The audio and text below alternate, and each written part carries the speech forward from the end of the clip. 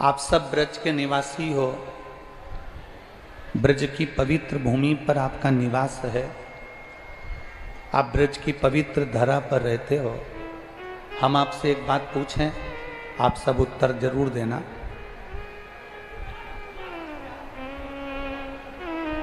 उत्तर दोगे सभी लोग? अरे बोलो तो जम के, दोगे ना? भगवान कृष्ण ब्रज की सभी गोपी के घर जाते थे क्या? अरे जम के तो बोलो। जितनी ब्रज में गोपी रहती थी क्या सबके घर जाते थे? नहीं जाते थे। बिल्कुल सही उत्तर है आपका। संपूर्ण ब्रजवासियों ने बिल्कुल सही उत्तर दिया। भगवान कृष्ण सभी गोपियों के घर पर नहीं जाते थे। भगवान कृष्ण सभी गोपियों के घर पर नहीं जाते थे। भगवान कृष्ण सभी गोपियों के घर पर नहीं जाते थे। मेरे कृष्ण भगवान कृष्ण सब गोपियों के घर पर नहीं जाते थे, पर जो गोपी आस लगाकर, विश्वास लगाकर भगवान के लिए माखन की मटकी बांध कर रखती थी और पूरे आस और विश्वास से भगवान को पुकारना चाहती थी, पूरे आस और विश्वास से भगवान को पुकारती थी कि मेरा कृष्ण मेरे दरवाजे पर आएगा। मैंने उसके लिए माखन की मटकी बांध कर रखी है, मैंने उसको चौखट को सजा कर रखा, मैंने उसके लिए दीप जला कर रखा, मैंने उसके लिए रंगोली बांध कर रखी है, मैंने उसके लिए सेज बिछा कर रखी है, मैंने उसके लिए साज सजा कर रखा है।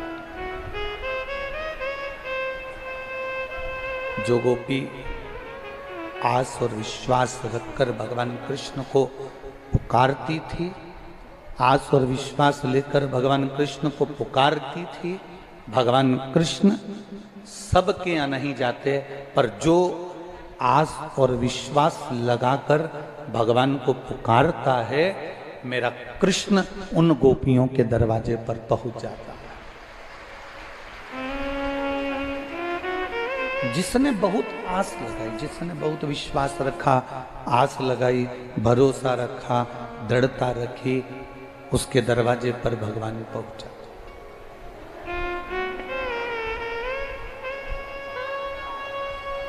आप अगर आस लगा कर बैठे हो, आप अगर विश्वास रख कर बैठे हो कि मैं आया हूं कथा में, मैं भगवान शिव की कथा में पहुंचा हूं, मैं भगवान की करुणा सागर की कथा में पहुंचा हूं, मैं भगवान की इस मंदिर में रोज जल चढ़ाने पहुंच रहा हूं,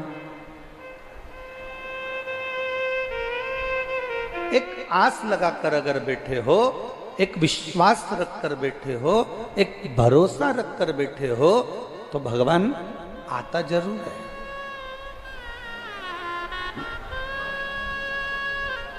संसार पर किया गया भरोसा एक दिन टूट जाता है। संसार पर किए गए भरोसा एक दिन टूटेगा। संसार पर किया गया भरोसा एक ना एक दिन टूट जाएगा, पर मेरे भगवान पर किया गया भरोसा, मेरे भोलेनाथ पर किया गया भरोसा कभी नहीं टूटता, वो प्रबल से प्रबल होता चले जाता है। भरोसा नहीं टूटता।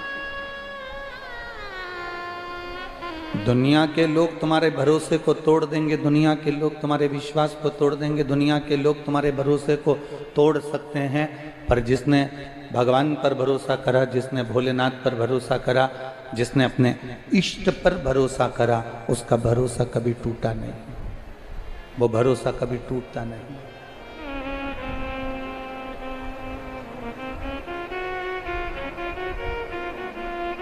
सबके घर भगवान नहीं जाते थे। जो आस लगाकर बैठता था, भगवान उसके घर जाते थे। जो विश्वास रखकर बैठता था, भगवान उसके दरवाजे जाते थे। अब एक बात आपसे पूछें, आपके घर में 5 लोग रहते हैं, क्या 5 ही लोग कथा में आते हैं? अरे जम के तो बोलो, नहीं आते। घर में 10 लोग रह रहे हैं तो क्या 10 ही लोग भगवान की कथा में आते हैं? नहीं आते। कथा में कौन आ गया? जिसके हृदय में कहीं भगवान समाया हुआ था, जिसके हृदय में पूर्व से भगवान की अविरल भक्ति समाई हुई थी, बस भगवान उसी के हृदय में विराजमान होकर उसको खींचकर शिव महापुराण की कथा तक लेकर आ जाते हैं। भगवान शंकर उसको खींचकर अपने पास ले आते हैं।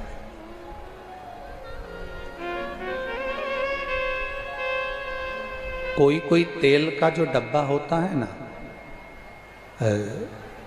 मेरी माताएं या मेरी जीजियां तो जानती हैं, कोई कोई डब्बा ऐसा होता है जैसे हींग की डब्बी, कोई तेल का डब्बा, कोई कोई डब्बी ऐसी होती है, डब्बी में हींग रख दो, डब्बी में लहसुन रख दो, डब्बी में कोई तेल रख दिया, उस डब्बी को कितना भी धो लो, कितना भी साफ कर लो, कितना भी उसको क्लीन कर लो, सरफ से 25 बार धो लो, 25 बार साफ करो, 25 बार साबुन से धो लो, उसके बाद भी हींग की बदबू उस डब्बी से नहीं जाती, तेल की बदबू उस डब्बी से नहीं जाती, लहसुन की बदबू उस डब्बी से नहीं जाती।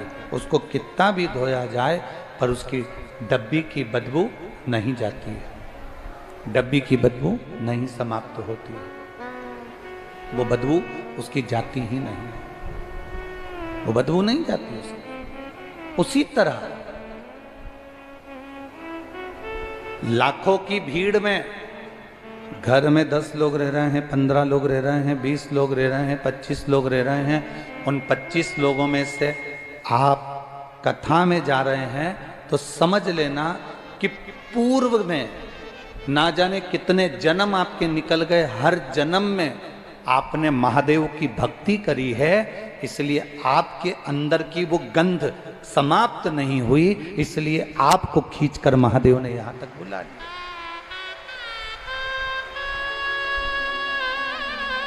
वो गंध है आपके अंदर।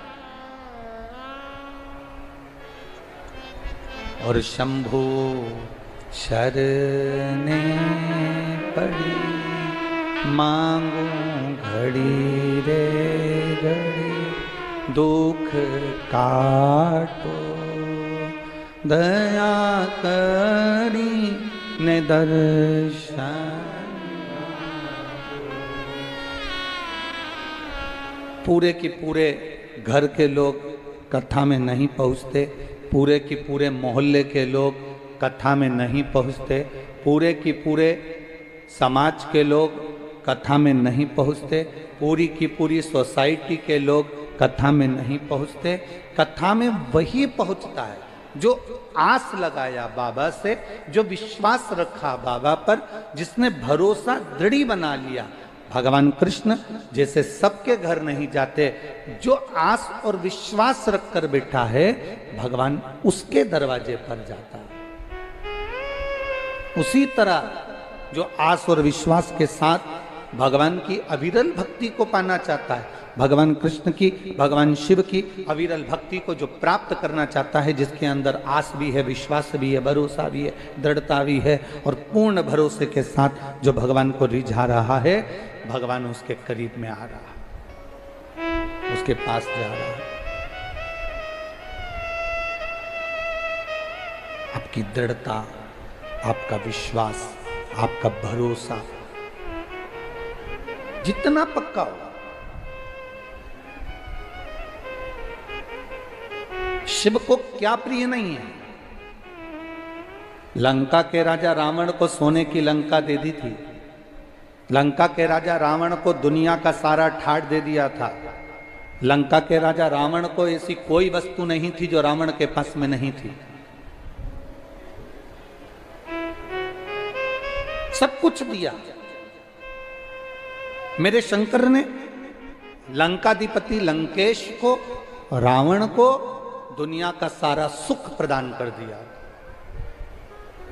ऐसा क्या था जो बाबा ने नहीं दिया लंकाधिपति को?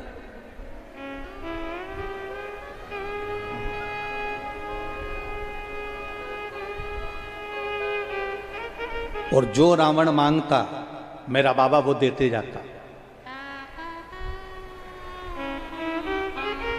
क्योंकि भगवान शंकर के प्रिय भक्तों में रावण की गिनती थी।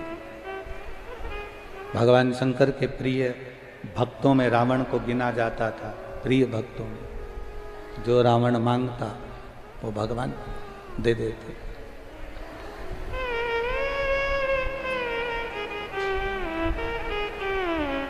रावण में कमी क्या रह गई?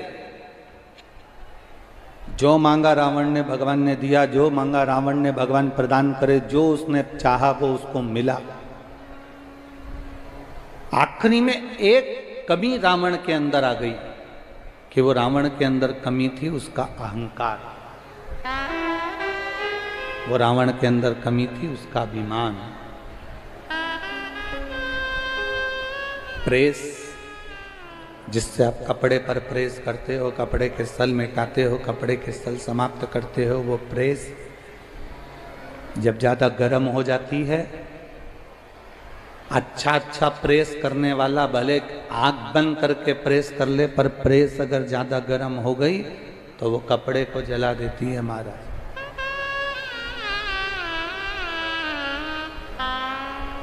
प्रेस जब ज्यादा गर्म हो जाती है कपड़े को जला देती है।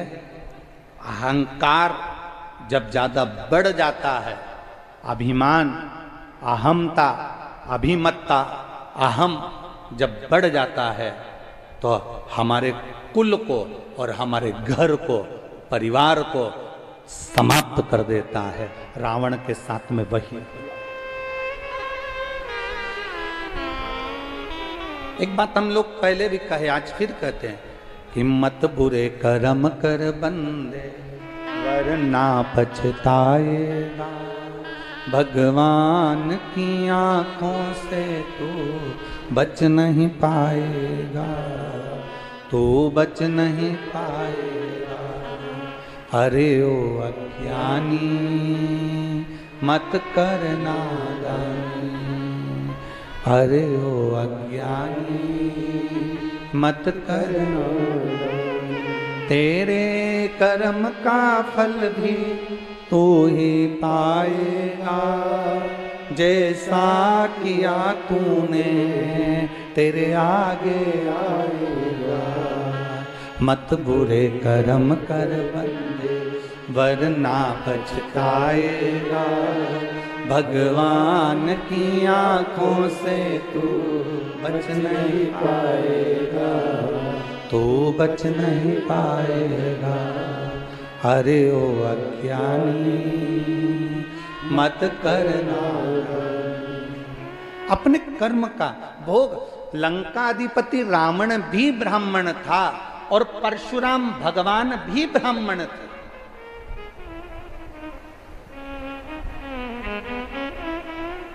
रावण भी ब्राह्मण है और परशुराम भगवान भी ब्राह्मण।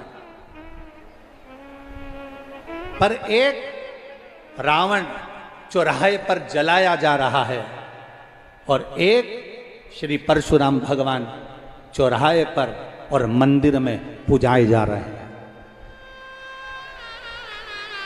रावण भी ब्राह्मण है और परशुराम भगवान भी ब्राह्मण है। बस केवल अंतर इतना है, रावण के पास में भी सब कुछ था, सत्ता थी, वैभव था, धन था, दौलत थी, सारे ग्रह उसके अनुकूल थे, सारे नक्षत्र उसके अनुकूल थे, सारे देवता उसके अनुकूल थे। परशुराम भगवान के पास में भी सब कुछ था, पर दोनों में अंतर केवल इतना है कि रावण के पास सब कुछ आने पर अहंकार आ गया और उसने अपना कर्म बेकार कर लिया, माता जानकी का हरण कर लिया, एक स्त्री का हरण कर लिया, पर नारी पर अपनी गलत दृष्टि दे दी, अपना कर्म बिगाड़ लिया, इसलिए वह चौराहे पर जल रहा है। और परशुराम भगवान ने अपनी माता का शीश काटा और अपने पिता से वर में मांग लिया कि मेरी माता को जीवित कर दो। ये भगवान के रूप में पूजा गए। एक प्राण लेने के बाद भी प्राण दे रहा है वो परमात्मा है।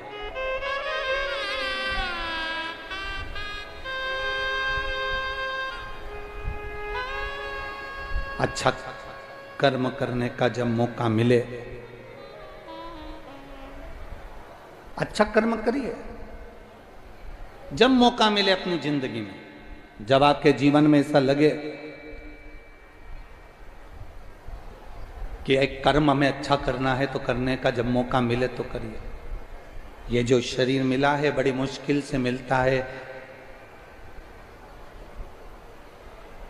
84 लाख योनियां कटी, अंत में ये शरीर है। 83,99,999 योनियां काटने के बाद 84 लाखवें नंबर की योनि है ये मनुष्य की देह। 83,99,999 योनियां काटने के बाद ये मानव का शरीर मिला है।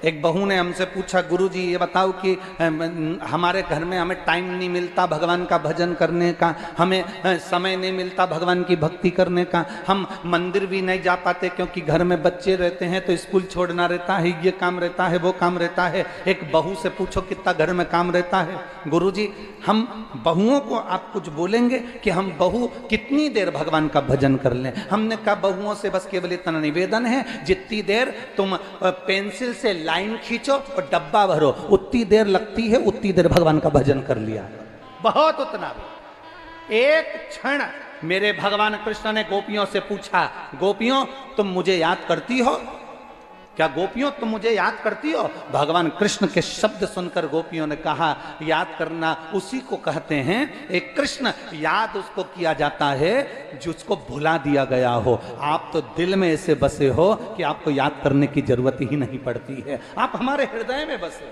आप हमारे दिल में बसे हो, आप हमारी चित्त में, आप हमारी वृत्ति में बसे हुए हो, तो हम आपको भुलाए नहीं तो याद क्या करें?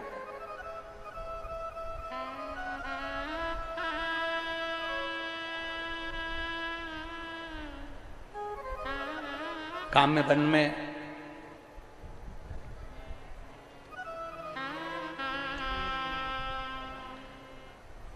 ब्रज 84 कोस के कामवन के अंदर काम्य वन में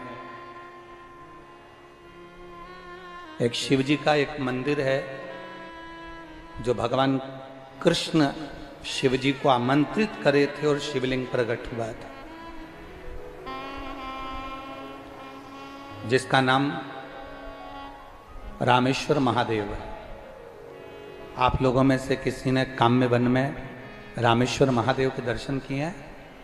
जिनने करे हों हाथ ऊंचा करिए जरा। बहुत बढ़िया, रखिए, साधुवाद, आपको प्रणाम। काम्य वन में एक मंदिर है भगवान शंकर का जिसको रामेश्वर महादेव कहते हैं। ब्रज 84 कोस में सारी ब्रज की गोपियां आज एकत्रित हुई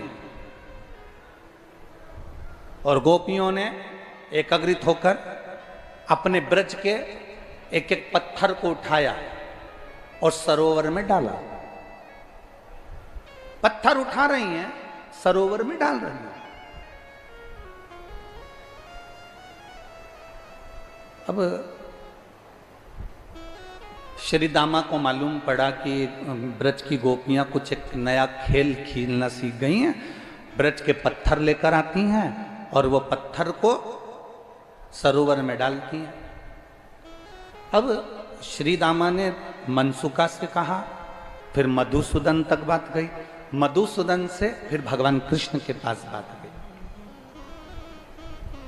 और भगवान कृष्ण के पास जब बात गई, भगवान कृष्ण के संबोधन जब मालूम पड़ा, भगवान कृष्ण के कानों में जब शब्द पहुंचा तो भगवान कृष्ण ने पूछा, मधुसूदन क्या हुआ? मधुसूदन कहते हैं, प्रभु जी एक बात कहना चाहते हैं रे कन्हैया। कन्हैया पूछे क्या? ब्रज की गोपियां ना जाने कौन सा खेल लेकर आई हैं, सारे ब्रज के पत्थर उठा उठा के सरोवर में डाल रही हैं। पूरे 84 कोस में जहां कर तुम्हें जहां मर्जी पड़े वहां पर घूम कर देख लो, ब्रज की गोपियां पत्थर लाती हैं और सरोवर में डाल देती हैं।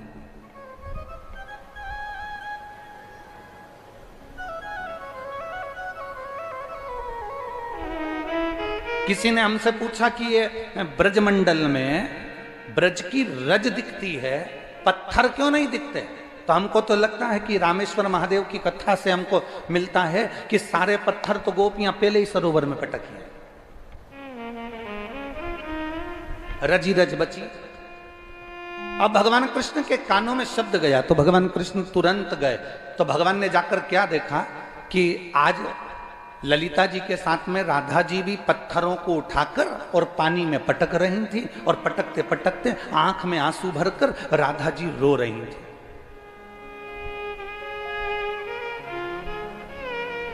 भगवान कृष्ण जैसे ही पहुंचे तो ललिता जी वहां से हटी और भगवान कृष्ण ने राधा जी से पूछा, राधा, ए राधा, राधा। राधा जी ने जो कृष्ण को देखा आंख में से आंसू पोंछ कर राधा जी ने पूछा, ठाकुर तुम, कृष्ण तुम आए?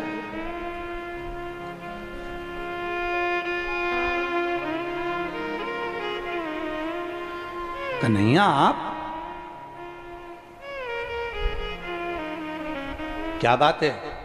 भगवान कृष्ण ने पूछा, राधा हम ये पूछना चाहते हैं ये ब्रज में कौन सा खेल हो रहा है? जितनी भी गोपियां हैं वो पत्थर उठा उठा कर ले जाकर सब डाल रही हैं सरोवरों में, ये कौन सा खेल चालू हो गया?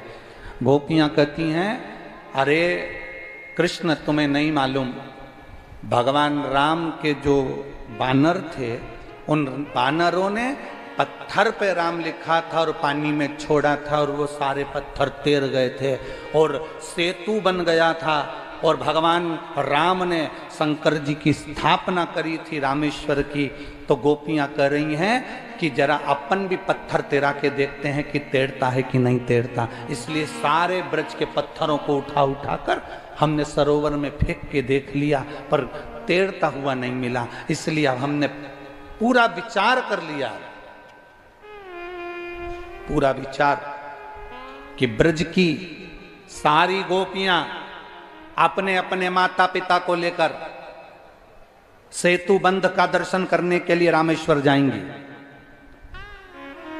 छकड़े तैयार, बैलगाड़ियां तैयार, भोजन भंडारे तैयार, सब गाड़ियों में रखे गए और गोपियां जाने की तैयारी करने लगी। सारी गोपियां जाने की तैयारी।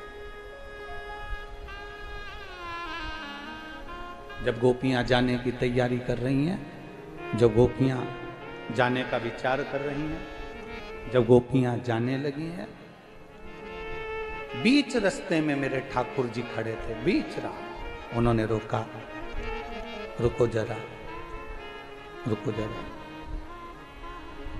कहाँ जा रही हो? बस सेतु बंद जा रहा है, दर्शन करने के लिए रामेश्वरम जा रहा है। रामेश्वरम? हाँ। सेतु बंद? हाँ ठीक है। भगवान कहने लगे, तुम्हें रामेश्वर जाने की जरूरत नहीं है राधा, सारी गोपियों से कह दो छकड़े में से सामान नीचे उतार ले, बैलगाड़ियों का सामान नीचे उतार ले, सबको कह दो उतारो सामान नीचे। तो हमें सेतु बंद का दर्शन कहाँ होगा? हमें सेतु बंद का दर्शन मिलेगा कहाँ? हमें कहाँ रामेश्वर का दर्शन मिलेगा? कहाँ सेतु बंद का दर्शन मिलेगा? भगवान ने कहा, चिंता मत करो, सारे पत्थरों को वापस निकाल कर लाता हूं सरोवर में से। काम में बन के सरोवर में से सारे पत्थर निकाल कर ठाकुर जी ने बाहर फेंके और फिर भगवान ने कहा, तुम चिंता मत करो, राम जी ने सेतु बनवाया था, मैं खुद तुम्हें सेतु बंद का दर्शन कराऊंगा। और भगवान कृष्ण राम बन गए, मेरे कृष्ण राम बने। और राम बनकर भगवान कृष्ण ने जो आवाज लगाई, हनुमान पधारो, सारे बंदरों की सेना सम्मुख में आ गई। एक एक पत्थर बांदरों ने उठाना प्रारंभ करे और उठाकर राम और कृष्ण का नाम लेकर बांदरों ने सेतु में के रूप में सरोवर पर फेंकना प्रारंभ करा। जो सरोवर पर फेंकना प्रारंभ करा, एक सेतु बन गया जिस पर चढ़कर मेरे कृष्ण राम बने हुए पार होकर एक रामेश्वर भगवान की स्थापना के लिए, जैसे राधा ने कहा, आपने सेतु तो बांध लिया पर यहाँ शंकर तो कहीं दिख नहीं रहे, रामेश्वर तो कहीं नजर नहीं आ रहे। भगवान कृष्ण ने राम बनकर शंकर को आमंत्रित करा, बाबा आप यहाँ प्रकट हो जाओ, इन ब्रजवासियों के लिए रामेश्वर इस ब्रज की रज में होना चाहिए। आप प्रकट हो जाओ। इस ब्रज की रज में रामेश्वर प्रकट होना चाहिए। और भगवान शंकर देखते ही देखते राधा और कृष्ण के सम्मुख में शिव प्रकट हो गए। भगवान शंकर प्रकट हो गए। भगवान कृष्ण राम के रूप में थे। शिव जी ने नमन कर कहा, प्रभु ये लीला का दर्शन आज तक नहीं हुआ जो दर्शन आज आपने कराया। प्रभु मेरे लिए आदेश। भगवान कृष्ण कहते हैं, बाबा आप यहां विराजमान रहें। जो भूलवश भी काम में बन के अंदर प्रवेश कर जाए और भूलवश भी आपके शिवालय पर अगर एक बूंद जल भी चढ़ जाए तो 12 ज्योतिर्लिंग में जो ज्योतिर्लिंग हैं सबके दर्शन का फल आपके दर्शन से प्राप्त हो जाए। बस ये भाव से भगवान ने उनको विराजमान किया। आप रुको, आप विराजमान हो। देखो दुनिया के लोग भले ना पहचाने भाई, ए मेरी ब्रज की जीजियों और मेरे ब्रज के जीजाओं,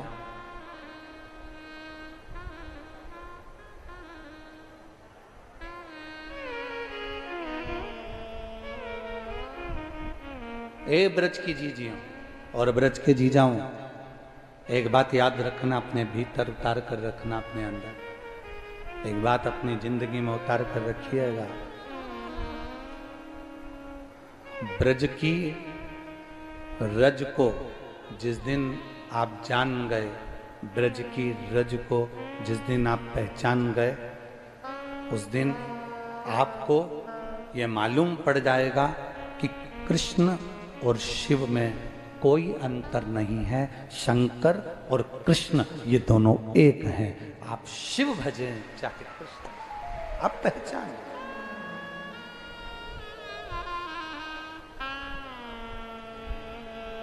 जिस दिन आप जान गए,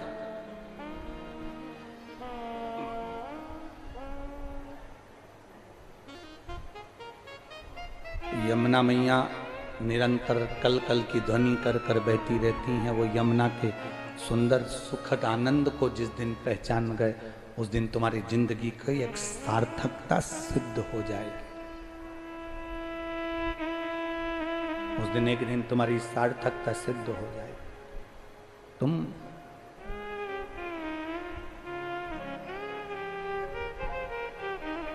जिस यमुना जी में से मथुराधीश प्रकट हुए हैं, जिस यमुना जी में से द्वारकाधीश प्रकट हुए हैं, जिस यमुना जी की लहरों से स्वयं श्रीमद् वल्लभाचार्य जी अपने वेद और पुराणों का आनंद पाते थे, जिस यमुना जी के सुंदर संवादों में यमुना जी की तरंगों से लहरों से स्वयं मेरे श्री जी बाबा आनंद की राशि को प्राप्त कर लेते थे, वो यमुना कोई साधारण है?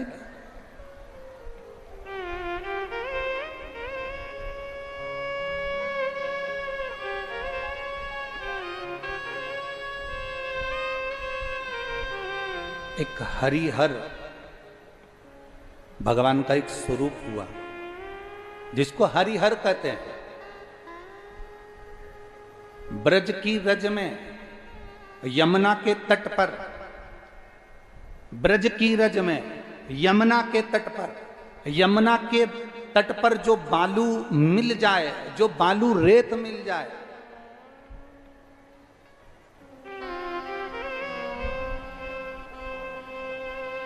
उस बालू की रेत पर भी अगर हम स्नान करते समय थोड़ा सा जल लेकर बालू की 2 ढेरी बनाकर उस पर जल यमुना का समर्पित कर दें तो हरि और हर का मिलन का सुख इसी यमुना के घाट पर हमें प्राप्त हो जाता है।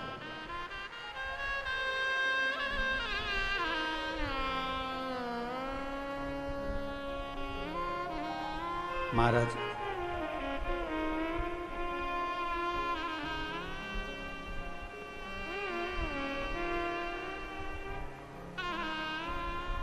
थारो जल मां ब्रह्मा जी नहावे, ब्रह्मा जी नहावे, डुबकी लगा। हे यमुना, तुम्हारे जल में ब्रह्मा भी स्नान करते हैं और डुबकी लगाते हैं। और ब्रह्माणी क्या करती है? ब्रह्मा डुबकी लगा रहे हैं, ब्रह्मा स्नान कर रहे हैं, और ब्रह्माणी क्या कर रही है? ब्रह्मा जी नहावे डुबकी लगावे।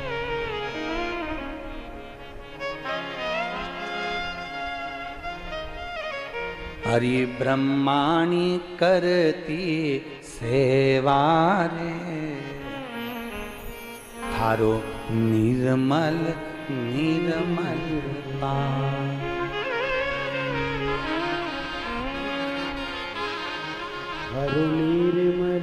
हे यमुना, हे यमुना, तेरे जल में ब्रह्मा स्नान करते, ब्रह्माणी सेवा करती, नारायण स्नान करते, नारायणी सेवा करती, शिव स्नान करते, पार्वती सेवा करती, इंद्र स्नान करते, इंद्राणी सेवा करती।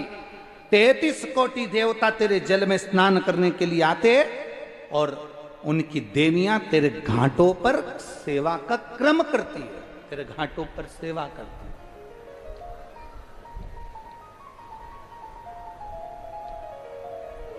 तू सहज कहां है?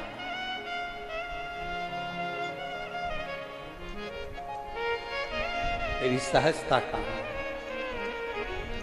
आज कोई कह रहा था, गुरुजी जैसे आपने कहा कि भगवान कृष्ण के 16,108 रानियां थीं और 16,108 रानियों से संतान नहीं हुई, तो भगवान कृष्ण ने शिव जी की शिवलिंग की स्थापना करी, उनकी पूजन करी। एक एक रानी के साथ में 11-11 दिन तक शंकर भगवान के शिवलिंग की आराधना करी, भगवान शंकर के शिवलिंग का पूजन किया। 1,77,186 भगवान कृष्ण के बच्चे हुए। रावण को मारने से पहले रामेश्वर धाम की स्थापना करी थी मेरे भगवान राम ने। क्या जैसे रावण शंकर का उपासक था, कंस भी तो शिव का उपासक था।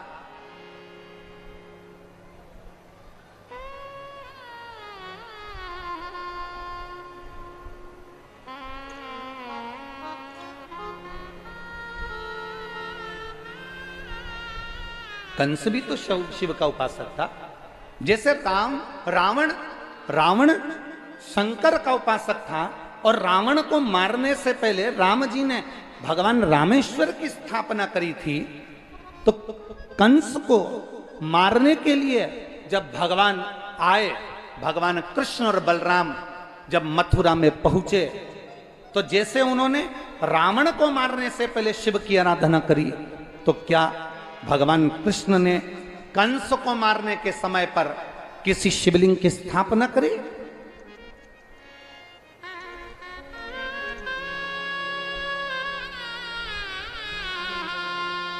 ब्रजमंडल में, ब्रज 84 कोस में वो कौन सा शिवलिंग है जिसको कंस को मारने के समय पर भगवान ने स्थापित किया था? पूरे ब्रज 84 कोस में एक शिवलिंग ऐसा है, पूरे ब्रज 84 कोस में एक शिवलिंग ऐसा है, जब कंस को बार बार कंस को बल प्राप्त हो रहा था और कंस मर नहीं रहा था, बलराम जी ने बल लगा लिया पूरा, और बलराम जी ने पूरा बल लगाया, कंस मरता नहीं। ये आज के समय में तो रासलीला में बहुत सरलता से कंस को मरता हुआ बता देते हैं कि भगवान उसकी छाती पे चढ़ गए, मुष्टिक प्रहार करा, कंस को मारा और कंस के प्राण छूट गए। इतनी सरलता में कंस नहीं मारा था।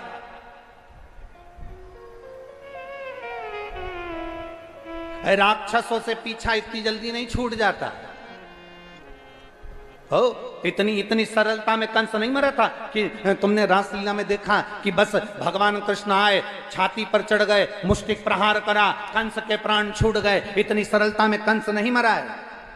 रावण को मरने में जितना बल लगा था, रावण के लिए भगवान राम ने 7-7 कर बाण छोड़े थे, फिर बाण छोड़े, फिर बाण छोड़े, आखिरी में नहीं मरे। तब हनुमान जी को लगा बात क्या है। तब हनुमान जी ने तुरंत उसी समय पर बुलाया, उसी समय पर विभीषण को बुलाया। विभीषण बता क्या बात है, ये मरता क्यों नहीं है।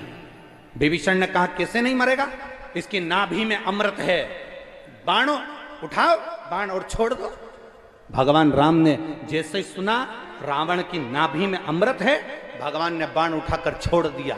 बाण लगा नाभि के अंदर, पर रावण के प्राण नहीं छूटे।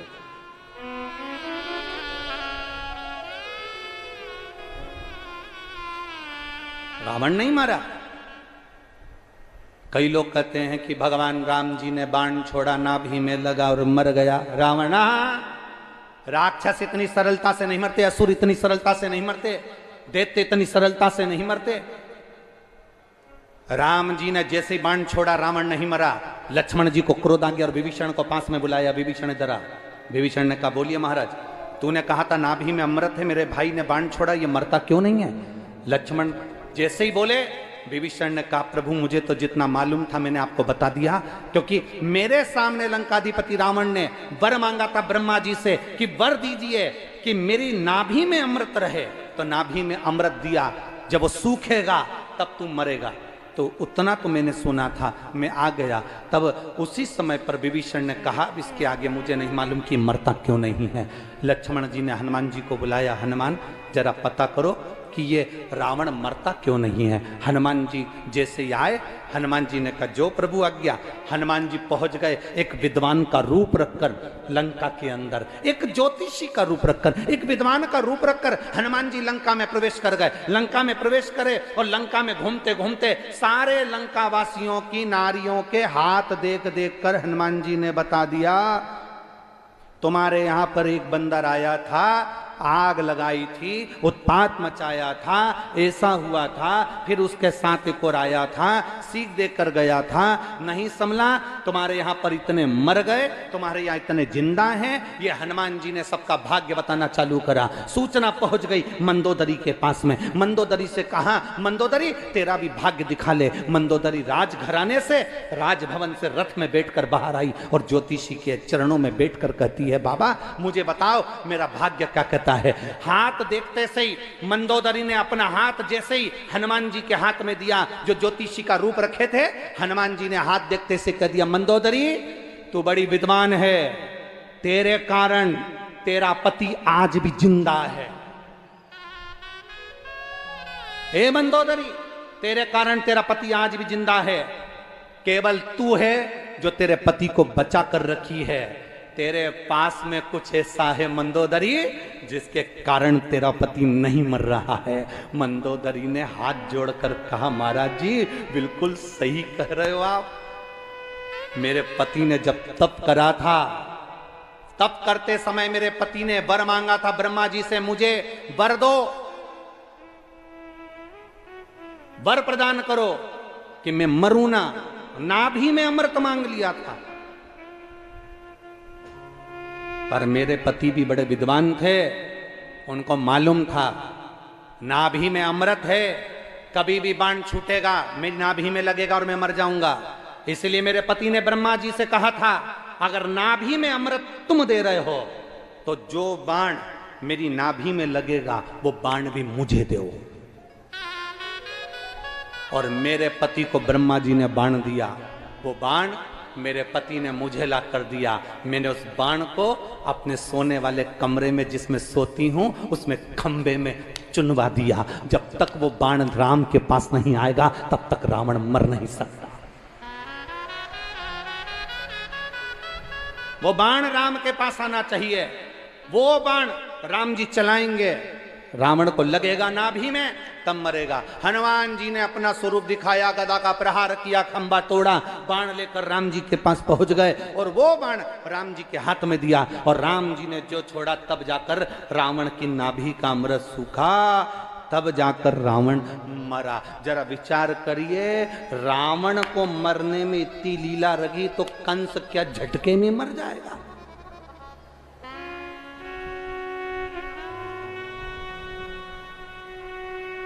छाती पे चढ़ गए, मुष्टिक प्रहार करा, कंस मर गया। ना ना ना,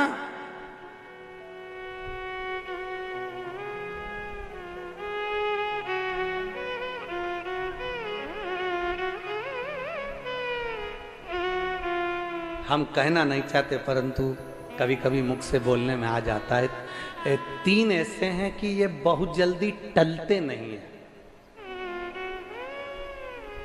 3 ऐसे हैं जो बहुत जल्दी टलते नहीं है, जाते नहीं है, बहुत जल्दी। कौन कौन? एक बीमारी, एक भिखारी,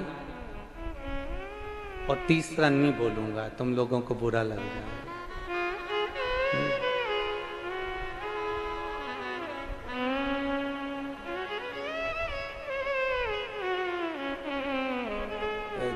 आप लोग उसको सरल सरल भाषा में कह देते हो, हमारी व्यासपीठ से क्यों ऐसा कहें? जो बहुत बेकार लोग होते हैं ना, जिसको लोग बहुत गंदा कहते हैं, वो भी 2 ही अक्षर का है। जैसे हमने कहा ना, बीमारी, भिखारी, इसी में कई एक शब्द है, वो तुम समझ जाना। तो तीसरा नंबर का जो होता है ना, वो भी जो दुनिया को कष्ट देता है, त्राड़ देता है, परेशान करता है, बहुत बहुत तकलीफें देता है, ये जल्दी से टलता नहीं, जल्दी से जाते नहीं। बीमारी भी इतनी जल्दी जाती नहीं। बुखार आ गया ना तो थोड़े दिन तक टिकता है, भले डॉक्टर साहब दवाई दे दे तो भी 8-10 दिन तो लग जाते हैं, फिर कमजोरी रहती, फिर धीरे धीरे संभलते। बीमारी, भिखारी भी ऐसा होता है, उसको मना कर दो, हे भाई चल चलो, वो नहीं जाएगा। देव साहब, देव साहब, देव साहब, पीछा ही पकड़ ले। कोई चाट खा रहा है, वहां पर भी खड़े हो जाएंगे, देव साहब। अब वो बेचारा कैसे खाए जब सामने कोई मांग रहा, कैसे?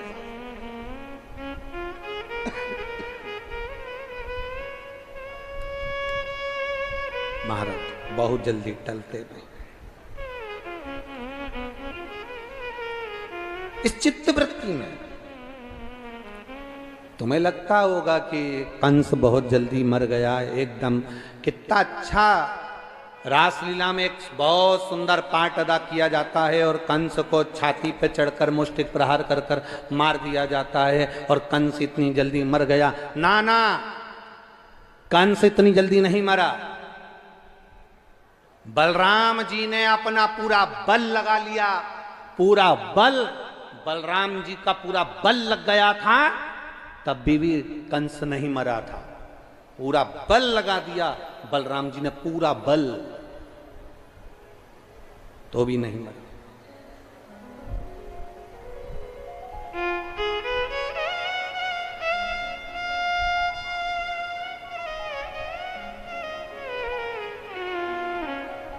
अब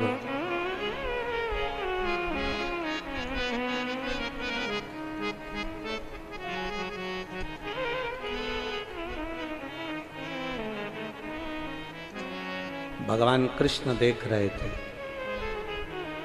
ये कंस है, मरने वाला नहीं है, इतनी जल्दी बेकार लोगों से पीछा छूटने वाला नहीं है, बहुत कठिन, बहुत कठिन। शादी के और मृत्यु के, इन दोनों के दिनों को देखिएगा। शादी के जो दिन रहते हैं ना, माता पूजन हुई, मंडप हुआ, महिला संगीत हुआ, बारात आई, ब्याह हुआ, लड़की अपने ससुराल पहुंच गई, शादी हो गई। शादी के दिन चुटकी बजाते से ही 5 दिन, 4 दिन, 7 दिन, 11 दिन, 21 दिन, जो दिन होते हैं शादी के, तुरंत निकल जाते हैं, तुरंत। और मृत्यु के दिन, किसी की यहां मृत्यु हो गई, मृत्यु के दिन बड़ी मुश्किल से निकलते, बड़ी मुश्किल से। ऐसा लगता है बहुत सारे दिन, बहुत सारे दिन निकल। आपके इधर होती कि नहीं होती हमें नहीं मालूम, पर हमारे यहाँ उधर भी मालवा साइड में भी बहुत सारे जो जिनके पास बहुत सारा धन होता है, बहुत जिनकी तमन्नाएं, बहुत सारे शौक होते हैं, उनके यहाँ भी बहुत हमने देखा है। हमारे इधर तो नहीं होती है, हम जहाँ साधारण तरह के लोग रहते हैं वहाँ शोक सभा नहीं होती, पर जिनके शोक सभा किन की होती है, जिनके शोक बहुत सारे होते हैं, उसको पूरा करते करते ही मर जाता है तो शोक सभा होती है। पूरी जिंदगी लग गई शौक पूरे करने में, बेटे को मोबाइल दिलाना है, बेटी को गाड़ी दिलाना है, उसको ये करना है, बहू को ये करना है, छोरे को ये करना है, एक फैक्ट्री डालना है, दुकान डालना है, ऑफिस डालना है, जमीन करना है, मकान बनाना है। जो शौक पूरे करते करते करते करते इधर से कर्जा लिया, इधर से कर्जा लिया, उधर से पैसा उठाया, उधर से उठाया, मेहनत करता रहा, 24 घंटे काम करता रहा, अपने शौक पूरे करने में, परिवार के शौक पूरे करने में, नाते रिश्तेदारों के शौक पूरे करने में, गाड़ी बंगले के शौक पूरे करने में, जो शौक पूरा करते करते करते करते अंत में प्राण छोड़ देता है, उसी के यहाँ शोक सभा होती है। कभी किसी गरीबड़े के घर में शोक सभा नहीं होती, क्योंकि उसको शोक ही नहीं रहता, तो सभा क्या खाक करेगा। इतने जिंदगी के शोक मत पालो कि जिसमें दुख हो।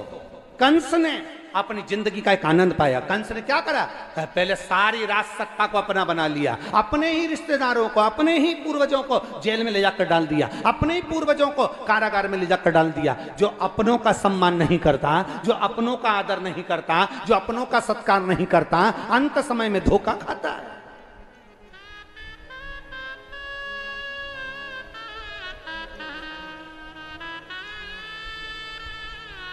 अपने घर के बच्चों को एक सीख जरूर देना, ये तुम्हारे काका जी हैं, ये तुम्हारे ताऊ जी हैं, ये तुम्हारे दादाजी हैं, ये तुम्हारी दादी जी हैं, ये तुम्हारे काका जी का लड़का है, ये तुम्हारे ताऊ जी का लड़का है, ये तुम्हारे चाचा जी का लड़का है, ये तुम्हारी बुआ का छोरा है, ये तुम्हारे काका का छोरा है, ये तुम्हारी बहन का छोरा है, ये तुम्हारे रिश्तेदार है। उसको ये बताना कि धन अपनी जगह रह जाएगा, सत्ता अपनी जगह रह जाएगी, वैभव अपनी जगह रह जाएगा, पर जब दुख की घड़ी आएगी उस समय पर अगर कोई नहीं भी खड़ा होगा तो कम से कम रिश्तेदार 2 क्षण के लिए खड़े तो होंगे।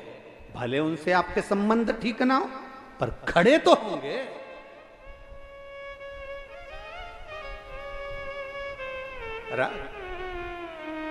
कंस ने सबसे बड़ी गलती करी, अपने ही पूर्वजों को ले जाकर उसने कारागार में डाल दिया, बंदी बना दिया, और सुना नहीं, किसी की नहीं सुनी, किसी की। इतनी सरलता में कंस नहीं मरा, बड़ा बड़ा प्रयास करा गया। बलराम जी ने पूरा बल लगा लिया। आखिरी में बलराम जी ने आकर भगवान कृष्ण से कहा, कन्हैया मैंने पूरा बल लगा लिया, पर ये कंस मरने को तैयार नहीं है। भगवान कृष्ण मुस्कुरा के बोले, जब कुब्जा मुझे चंदन लगा रही थी ना, तो जब कुब्जा किसको चंदन लगाने जाती थी? अरे बोलो बोलो, जम के बोलो जरा। कुब्जा किसके यहाँ जाती थी चंदन लगाने? अरे बोलो, जम के बोलो। कंस के यहाँ जाती थी।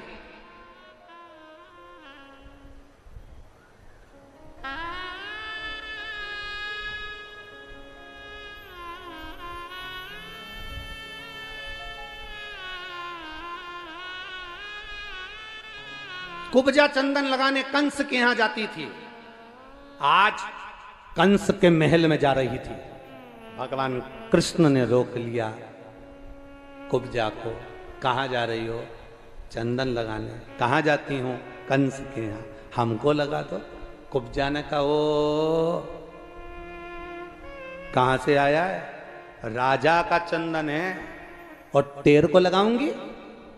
भगवान कहते हैं, हम भी तो देखें कि राजा के सिर पर जो चंदन लगाया जाता है और संत के सिर पर जो चंदन लगाया जाता है, उस चंदन में अंतर क्या है? हमें तो भगवान जब मथुरा में पहुंचे थे, सबसे पहले कुब्जा से ही मिले थे। चंदन, चंदन क्या? माताएं पूरे हंडी का चावल नहीं देखती, ऊपर का एक चावल निकाल कर माताएं दबा के देख लेती है पका कि नहीं पका। भगवान कृष्ण और बलराम में ये अंतर है, बलराम पूरा बल लगा दिए थे, कंस नहीं मरा। भगवान कृष्ण मुस्कुरा कर बोले, भैया आप कर रहे हो कंस नहीं मर रहा, मुझे मालूम है वो इतनी जल्दी नहीं मरने वाला। क्यों?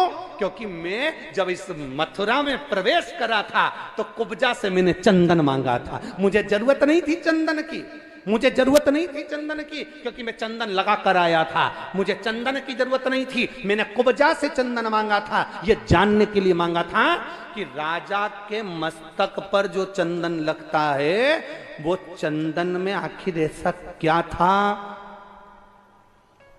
क्या था ऐसा, मेरे को वो जानना था। तो बस कुब्जा चंदन की कटोरी में से जब मुझे चंदन लगाया कुब्जा ने, उतनी देर में मैं चंदन की गंध से पहचान गया कि ये बल से नहीं, ये छल से मरेगा, ये बल से नहीं, ये छल से मरेगा, ये बल से मर ही नहीं सकता।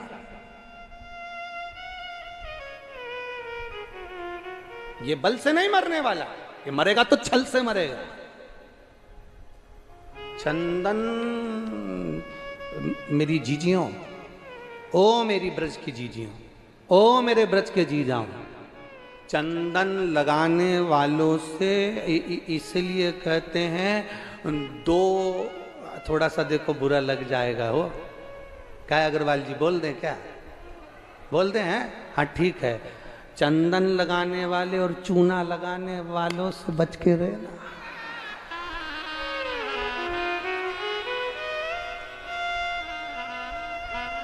बहुत सावधानी रखना, बहुत। हम हमेशा कहते हैं महाराज, चंदन लगाने वाला जब चंदन लगाता है, थोड़ा सा देखो शिव महापुराण की कथा में आप लोग आते हो, दिल लेकर आते हो, बड़े मन लेकर आते हो।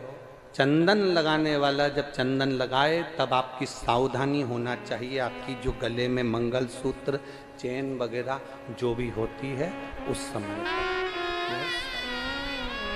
थोड़ा बुरा लग सकता है, पर सावधान इंडिया, सावधान थोड़ा जरूरी है। भारत की भूमि पर रह रहे हो, सावधानी जरूरी है। रोडों पर लिखा रहता है निगाह हटी, अरे वारे ब्रजवासियों गजब, फिर से बोलो एक बार, निगाह हटी दुर्घटना घटी, इसलिए जरूरी है। बहुत मिलेंगे तुम्हें चूना लगाने वाले, काका जी बहुत जोरदार, ताऊ जी बहुत जोरदार, तुमने कितना अच्छा विवाह करा, तुमने क्या जोरदार होटल बनाई, तुमने क्या जोरदार काम करा, इतना इतना इतना। इसीलिए तो कहते हैं 3 लोग जल्दी नहीं हंसते हैं, 3 लोग जल्दी नहीं हंसते। एक पहले नंबर पर भगवान जल्दी नहीं मुस्कुराता, दूसरे नंबर पर सरकारी बड़ा अधिकारी, कौन? सरकारी बड़ा अधिकारी, बड़े पद पर कुर्सी पर बैठने वाला जल्दी नहीं हंसता, क्योंकि उसको मालूम है हंसूंगा तो फाइल पे सिग्नेचर करना पड़ेगा, हंसता ही नहीं। तीसरे नंबर पर नगर का बहुत धनपति, करोड़पति, वैभवपति बहुत जल्दी नहीं हंसता, उसको मालूम है हंसूंगा तो दान देना पड़ेगा, हंसता ही नहीं। मुंह में दबाया तम पान, मुस्कुराता ही नहीं हो। क्या सेठ जी, थोड़ा हमारे यहाँ तो ब्रज की रज में नंदगांव चले जाओ तो सबसे पहले यही काम करते हैं, घुटन घुटन चलो, और फिर क्या कहते हैं, ताली बजाओ, फिर क्या कहते हैं, अरे बोलो बोलो जरा नंदगांव में फिर क्या कहते हैं, हंसो, बोलो बोलो, सही है, हंसो जम के। और नंदगांव में गोकुल में हंसाते हैं, हंसो, क्योंकि उनको मालूम है घर में सोफा सेट है, डिनर सेट है, सोने का सेट है, हीरे का सेट है, कुकिंग सेट है, बस आदमी अपसेट है। उनको मालूम, इसलिए वो कहते हैं हंस लो मुस्कुराओ आनंद पाओ, थोड़ा थोड़ा मुस्कुराते चलो, थोड़ा। चंदन से पहचान गए थे मेरे ठाकुर। क्यों? मेरे ठाकुर को कुब्जा के चंदन की क्या जरूरत पड़ गई थी? उनको क्या जरूरत चंदन की? मेरे ठाकुर को चंदन की जरूरत नहीं है। मेरे कृष्ण नहीं कहते तुमसे कि तुम मुझे चंदन लगाओ। मेरे ठाकुर नहीं कहते कि तुम मुझे चंदन लगाओ। मेरे ठाकुर तो कहते हैं कि अपने हृदय से, अपने मन से मुझे लगा कर रखना, चंदन लगाने की जरूरत नहीं पड़ेगी। अगर एक बार तुमने मुझे दिल से लगा लिया तो फिर चंदन की जरूरत नहीं पड़ेगी। मेरे ठाकुर ने कुब्जा को आवाज लगाया, ए बूढ़ी माँ, ए रुक इधर आ। कुब्जा कहती कौन? मैं कृष्ण। कुब्जा ठाकुर जी को देख रही थी, ठाकुर कुब्जा को देख रहे थे। कुब्जा से कहा चंदन लगा, कि राजा कंस का चंदन है, राजमहल में जाता है, मैं तुम्हें नहीं लगा सकती। भगवान ने कहा कुब्जा हम तुम्हें सीधी कर देंगे, तुम चंदन तो लगाओ। कुब्जा, कुब्जा क्या? बुद्धि। भगवान के करीब में जाए तो सीधी होना चाहिए।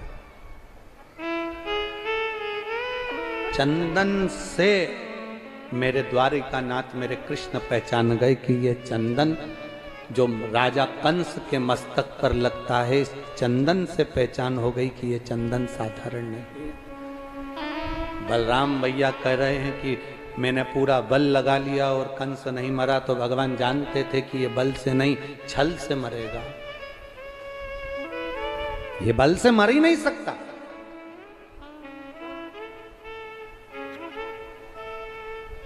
फिर छल क्या करा? भगवान कृष्ण पहुंचे।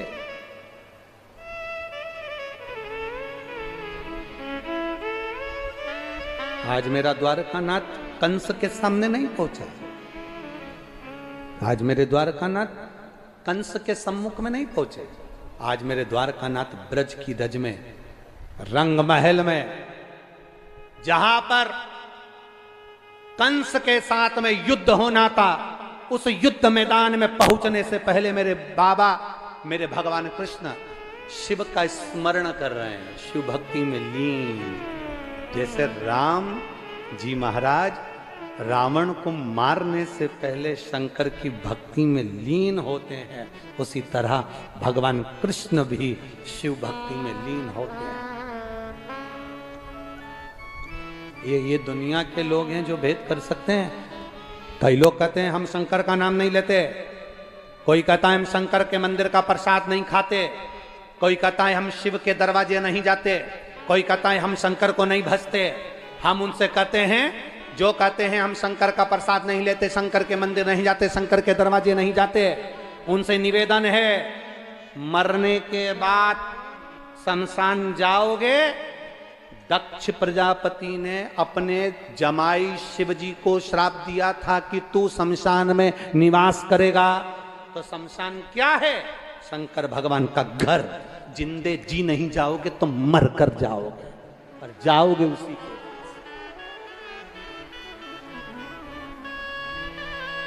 मर कर जाओगे, जाना उसी के पास है, पहुंचोगे उसी के पास।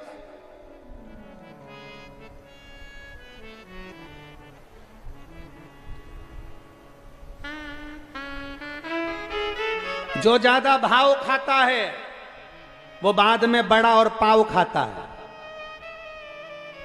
इसलिए ज्यादा भाव नहीं खाना, ज्यादा टेंशन लेकर ज्यादा ऐसा नहीं सोचना कि मैं क्या हूं, मेरी सत्ता क्या है, बेभाव क्या है, मुझे जानते नहीं हो। कई लोग कह देते हैं तू मुझे पहचानता नहीं है।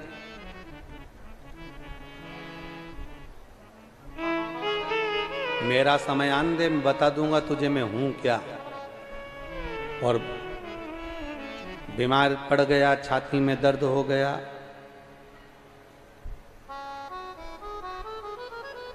डॉक्टर ने कह दिया इनका समय आ गया। क्या मतलब ऐसा समय आने से? अरे मत बुरे कर्म कर बंदे, वरना पछताएगा। भगवान की आंखों से तू बच नहीं पाएगा, वो बच नहीं पाएगा। अरे भाई, अगर तबीयत खराब होगी, शरीर में रोग होगा, बुखार आएगा, अगर तबीयत खराब होगी तो कोई भी तुम्हारा हाथ पकड़कर तुम्हें घर तक, किनारे तक, कुर्सी तक छोड़ देगा। बोलो सही है कि गलत है? अरे बोलो, जम के बोलो जरा, सही है ना? तबीयत खराब होगी तो कोई भी तुम्हारा हाथ पकड़ लेगा, तबीयत खराब होगी तो कोई भी तुम्हारा हाथ पकड़ सकता है। पर जब समय खराब होता है तो कोई हाथ नहीं पकड़ता, केवल एक महादेव हाथ पकड़ता है। केवल एक शंभु, केवल एक शिव त्रिकालदर्शी के सिवा कोई हाथ नहीं पकड़ता। और अंत समय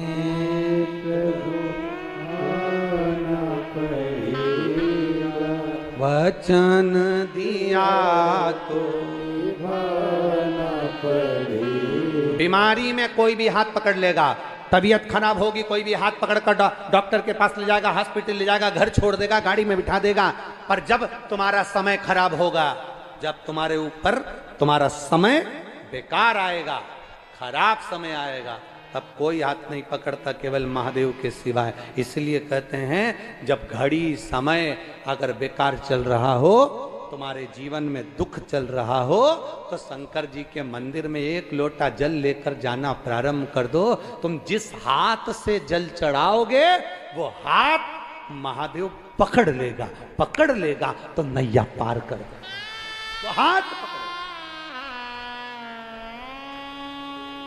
कोई कई कह रहा था, गुरुजी ये आप कहते हो कि शिव जी को जल चढ़ाओ तो वो हाथ पकड़ लेते हैं, ऐसा होता है क्या? हमने कहा बिल्कुल होता है। पानी में ऐसा होता है क्या कि पानी चढ़ाओ तो हाथ पकड़ लेता है? हमने कहा तुम्हारे लाइट के बोर्ड में करंट रहता है, खटके लगे रहते हैं, हाथ गीला कर कर खटका चालू कर कर देखना, कितना भी अच्छा बोर्ड हो करंट मार ही देता है। शंकर भगवान का जो शिवलिंग है, उस शिवलिंग पर जब हम जल समर्पित करते हैं तो वो जो भगवान का व्हील पावर है, भगवान के अंदर की जो ऊर्जा है, शिवलिंग में जो तत्व छुपा होता है, वो तत्व हमको खींचता है, खींचता है तो हमारे अंदर के पाप, दुख, तकलीफ सब चले जाते हैं, सब। बहुत कम लोग होते हैं जो शिवलिंग को जान पाते हैं। ए मेरी जीजी और मेरे जीजाओं, बहुत कम लोग होते हैं जो शिवलिंग को जान पाते हैं, बहुत कम।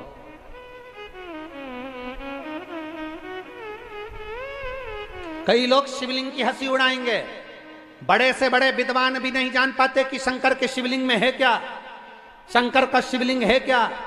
काशी के शिवलिंग में, भीमा शंकर के शिवलिंग में, केदारेश्वर के शिवलिंग में, चकलेश्वर के शिवलिंग में, भूतेश्वर के शिवलिंग में, गोपेश्वर के शिवलिंग में, त्र्यंबकेश्वर के शिवलिंग में, बैद्यनाथ के शिवलिंग में, केदारनाथ के शिवलिंग में, सोमनाथ के शिवलिंग में, मल्लिकार्जुन के शिवलिंग में, रामेश्वर के शिवलिंग में, आखिर है क्या?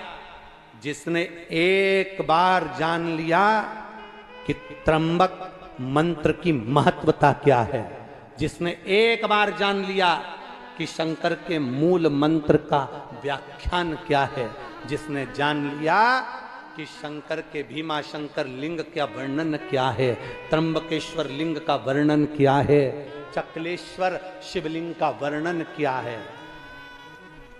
कितने शिवलिंग है चकलेश्वर में? अरे बोलो तो जम के, कितने? 5। कितने शिवलिंग है? 5। गोवर्धन नाथ जी की परिक्रमा में चकलेश्वर महादेव पढ़ते 5 शिवलिंग। अब कभी विचार करा आपने कि ये 5 शिवलिंग क्यों आ गए यहां पर?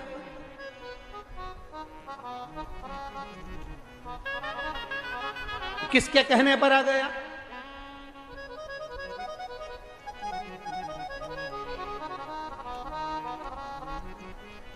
क्यों पहुंचे चकलेश्वर महादेव वहां पर? कभी विचार करा?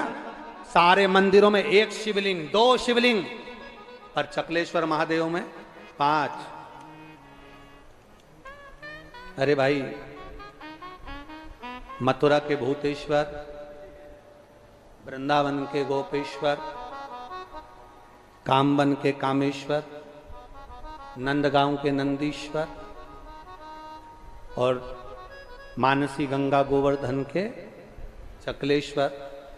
मेरे चकलेश्वर महादेव जहां विराजमान थे तो एक बार भगवान कृष्ण ने विचार किया, महादेव जी से निवेदन किया, बाबा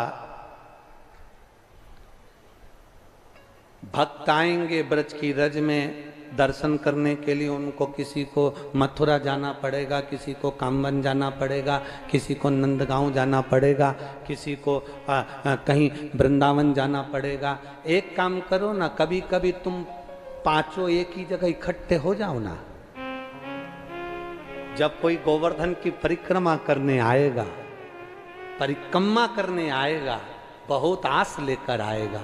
गिरिराज बाबा की परिक्रमा में जब वो आस लेकर आएगा, भूलवश भी कोई जीव, जलचर, थलचर, वायुचर, कोई जानवर, कोई मनुष्य, कोई गंधर्व, कोई देव, भूलवश भी गिरिराज जी की अगर परिक्रमा भूल से भी लगा लेगा तो कम से कम आप पांचों के दर्शन का फल एक ही जगह मिल जाएगा। आप आओ ना पांचों एक जगह। बैठा चकलेश्वर बनकर, बैठा। और महाराज वो शिव है, शिव साधारण क्या, वो कहे ना, अरे अपनी किस्मत का ताला